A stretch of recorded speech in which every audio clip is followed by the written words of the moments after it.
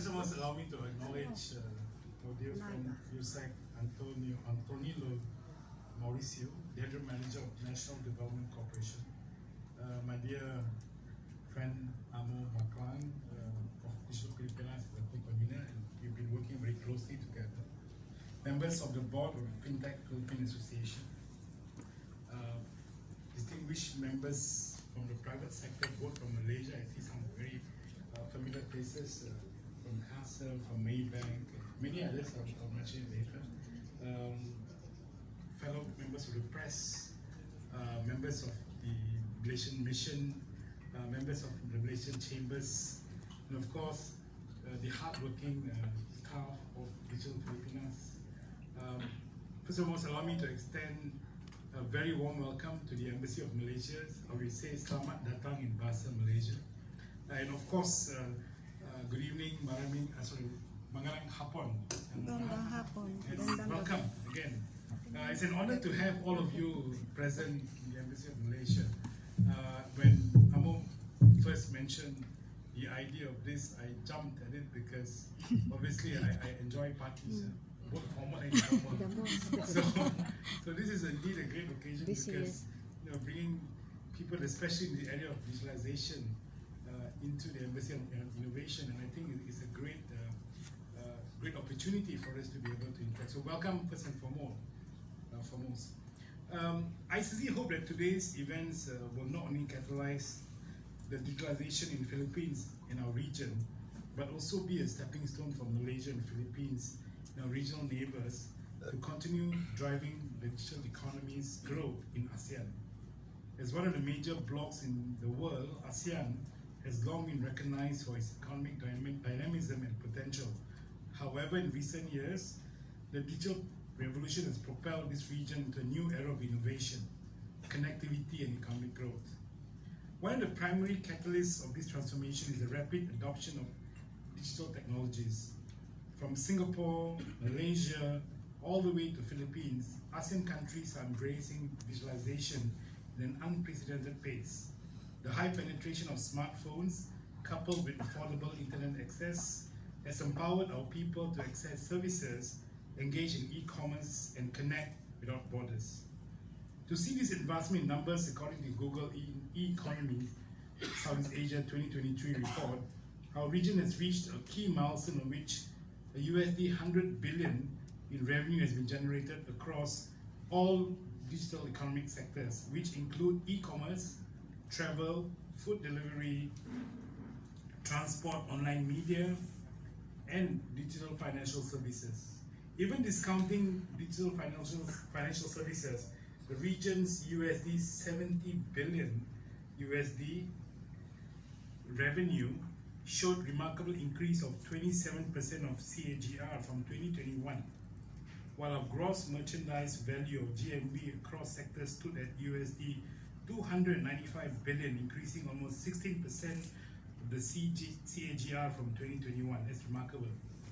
Ladies and gentlemen, the rapid growth of e-commerce and availability of digital platforms such as social networks and e-commerce marketplaces provide opportunities for micro, small, and medium-sized enterprises or SMEs in ASEAN to expand their market outreach.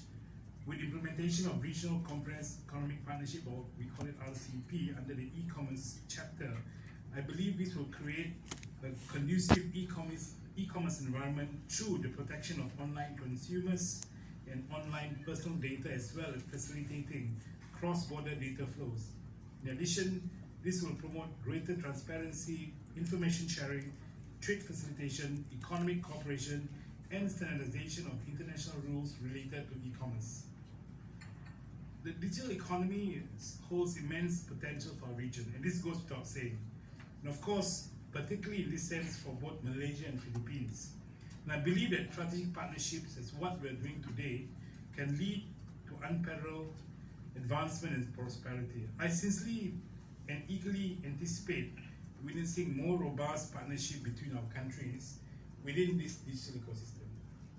Now, to focus on our two countries, collaboration between high-tech companies can and will create synergies that benefit both Malaysia and Philippines. By combining expertise, resources, and market knowledge, we can enhance competitiveness and drive innovation, a key focus today.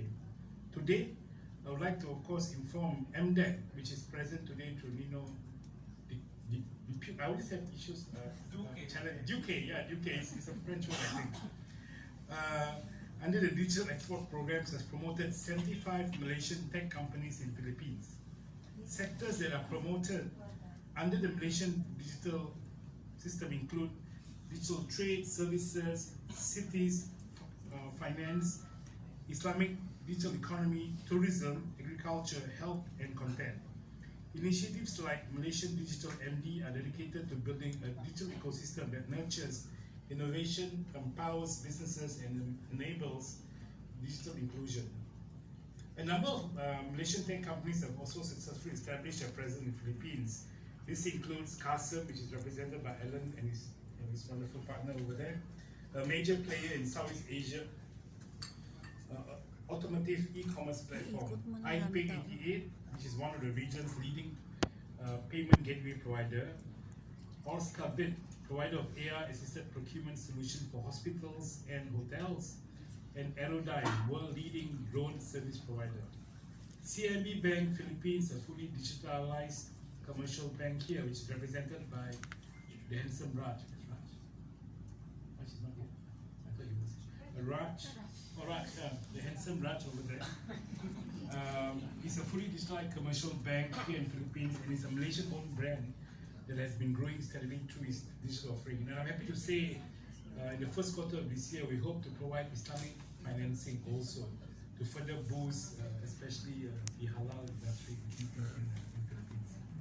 Now, ladies and gentlemen, as we celebrate the achievements and potential of digital economy in ASEAN, we must also be aware that and address the challenges that we face holistically in matters of issues that relates to data privacy, cybersecurity threats, digital literacy, and of course infrastructural gaps that remain pressing concerns. And this is, I think, an important area which we must try to bridge.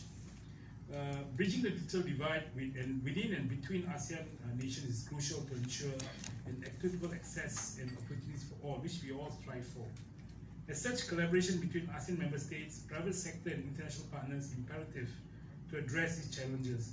Building a resolute digital ecosystem requires cohesive policies, investments in infrastructure, and capacity building initiatives to empower individuals and businesses with the necessary jobs, skills, and tools. Malaysia is, of course, committed to strengthening the bonds of friendship and cooperation within Philippines and ASEAN as a whole, particularly within the digital ecosystem. Today, of course, we are partnering with Digital Pilipinas, National Development Company, and of course, many of your partners. And we hope that through this collaboration, we can build a brighter future of people, anchored in peace, stability, and of course, shared prosperity. Let us now embark on this journey with renewed determination, dedication, and confident in our ability to overcome the challenges and embrace opportunities that lie before us. Before I end, I just want to again thank all the wonderful and distinguished participants here in the embassy. And Tom mentioned that, again, it's Chatham House rules between its four walls, that he enjoys being in Malaysia very much. I have to say, I also, have traveled the breadth and space of many countries around the world in my 30 years career in the civil service and of course in foreign service. And for me, Philippines is like a home, come home. This is an honest truth. If you ask my team, you know how many events I attend. Not because, of course, it's not my job. I actually enjoy attending because the warmth and the friendship of the people is indeed something that we all can be proud of. And I'm happy to hear that Anton feels the same about Malaysia. So that's why I think the building blocks that we have of a friendly relations, of course, of close and warmth that we share, it's something that can propel our relations between our two countries, especially in the people-to-people relations, focusing on key sectors such as trade, investment, digitalization, halal, tourism, and many other. And I know our leaders are also very close. The Prime Minister and President Bobo Marcos have met twice in the span of few months last year, 4 months last year, and it was indeed an eye-opener how the leaders are close, and of course, this closeness allows us to also nurture these building blocks of development and of course, friendship. So before I end, again, I'd like to express my heartfelt gratitude for your presence here. Your support and participation hold great significance as we embark on this digital transformation together. And of course, before I end, I'd just like to say that we prepared some Malaysian food. I hope it suits your taste buds. I know we also have pastel from Quiapo, right? From Quiapo, Quiapo, yes, right? yes. So give you a taste of both Philippines and Malaysia. So once again, marami salamat po. Terima kasih, thank you. And let's continue to work together to build this company.